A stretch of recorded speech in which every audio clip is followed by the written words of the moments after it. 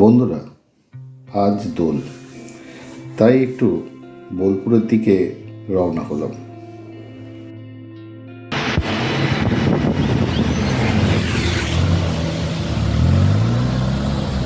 আমরা জানি রবীন্দ্রভারতী ইউনিভার্সিটির ভেতরে যে দোল উৎসব হয় সেই দোলের কথা, কিন্তু ইউনিভার্সিটিতে এবার দোল হচ্ছে না, তাই আমরা যাব সোনাঝুরিতে।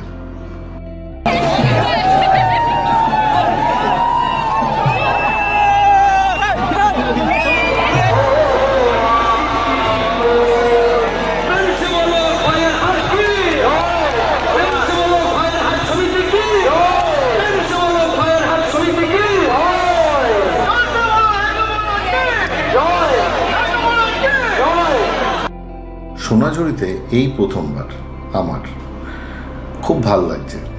সব থেকে বড় কথা, এখানে সবাই নিজের মতো নিজে আনন্দ করছে।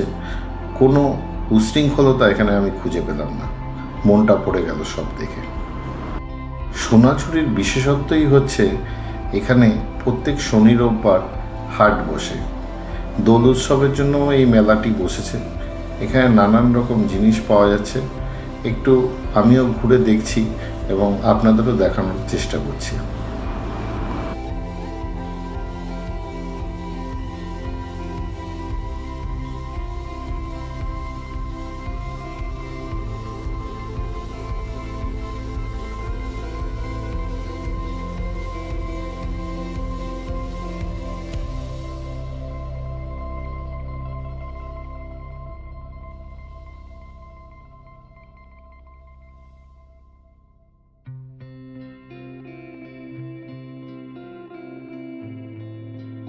সোনাঝুরি যেতে পথেই পড়বে প্রকৃতি ভবন। প্রকৃতি ভবন হলো একটা মিউজিয়াম। এই মিউজিয়ামের টিকিট মূল্য হচ্ছে 30 টাকা। ভেতরে গেলে আপনারা দেখতে পারবেন একটি সুন্দর পরিবেশ এবং পাথর এবং গাছের নানান রকম গুঁড়ি, নানান আকৃতি দিয়েছে, যেমন পশু পাখি, নানান কিছু এই মিউজিয়ামে দেখানোর চেষ্টা করছি। আপনারা বুঝতে পারবেন কীরকম ব্যাপারটা।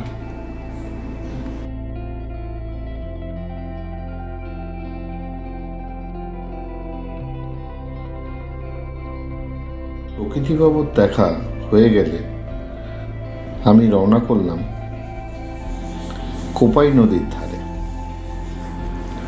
এখানে আমি আগে কোনোদিনই আসিনি, তাই আমার কাছে এই জায়গাটা পুরোটাই নতুন।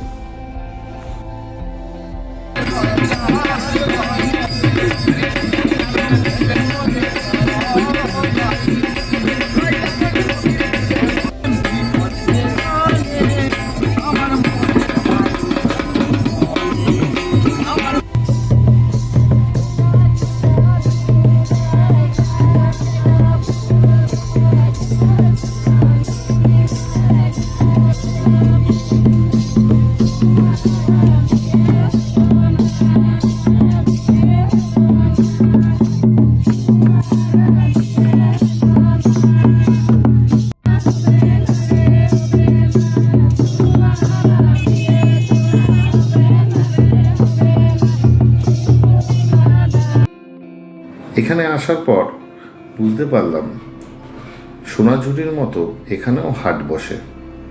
জানতেও পারলাম এখানেও শুক্র শনি রবি 3 দিন হাট বসে। সোনাঝুরির থেকেও আমার যেন কোপাই নদীর ধারের এই হাটটা আরও বেশি সুন্দর লাগলো, কিন্তু এখানে দেখলাম তুলনা অনুপাতে ভিড় অনেক কম।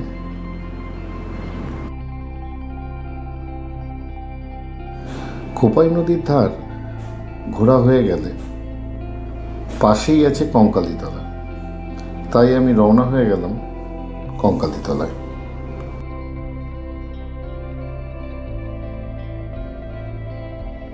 কঙ্কালীতলা মন্দিরে ঢোকার আগে যদি আপনারা পুজো দিতে চান, তো এখানে অনেক দোকান আছে পুজোর সামগ্রী বিক্রি করছে। তাদের থেকে আপনারা ডালা নিয়ে পুজো দিতেই পারেন। খুবই সুন্দর এবং বড়সড় জায়গা নিয়ে এই মন্দিরটি অবস্থিত। একটু ঘুরে দেখি পুরোটা এবং আপনাদেরও ঘুরে দেখানোর চেষ্টা করি।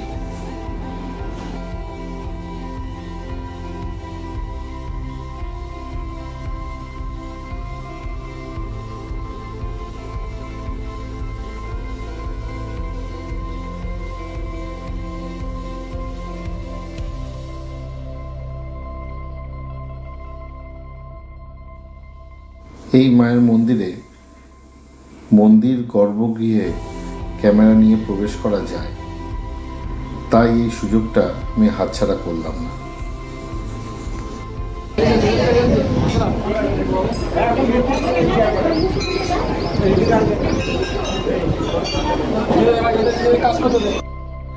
মায়ের দর্শন সম্পূর্ণ হয়ে গেল, এবার আমার বাড়ি ফেরার পালা। সকলকে অসংখ্য ধন্যবাদ। দেখা হবে পরের ভিডিওতে।